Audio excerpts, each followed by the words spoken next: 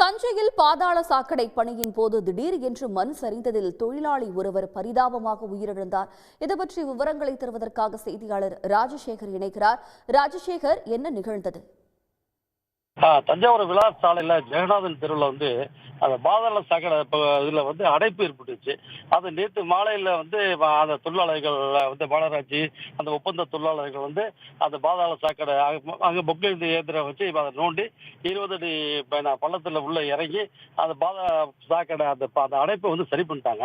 அவங்க சரி பண்ணிட்டு மேலே ஏறுறப்ப அந்த அப்ப மண் சரிவு ஏற்பட்டு 2 தொழிலாளர்கள், தேவேந்திரன் என்ற தொழிலாளரும் நாராயணமூர்த்தி என்ற தொழிலாளர் மண்ணுக்குள்ள புதைஞ்சிடறாங்க.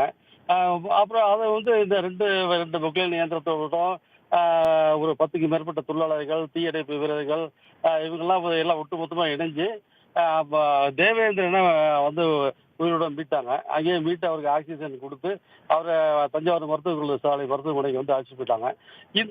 அப்புறம் அடுத்தது இந்த நாராயணமூர்த்தி மண் சரிஞ்சு அவர் மேலேயே ஒரு 3 அடி 4 அடி அளவுக்கு மண் சரிஞ்சு விழுந்ததுனால அவர் உயிரிழப்பு எழுதுறாரு. அவரு இதோட சிசிடிவி காட்சி தான் இப்ப வெளியாகி பரபரப்பு ஏற்படுத்திருக்கு. அதாவது அவங்களே அந்த மண்ணு சரிஞ்சு அது கீழே விழுந்து அதுக்கு மேல மண்ணு சரிஞ்சு விடுற காட்சி இப்ப வெளியாயிருக்கு.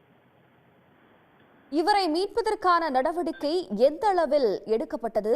தற்போது அவருடைய உடல் மீட்கப்பட்டிருக்கும் நிலையில் அங்கிருக்கக்கூடிய மக்கள் என்ன சொல்றாங்க?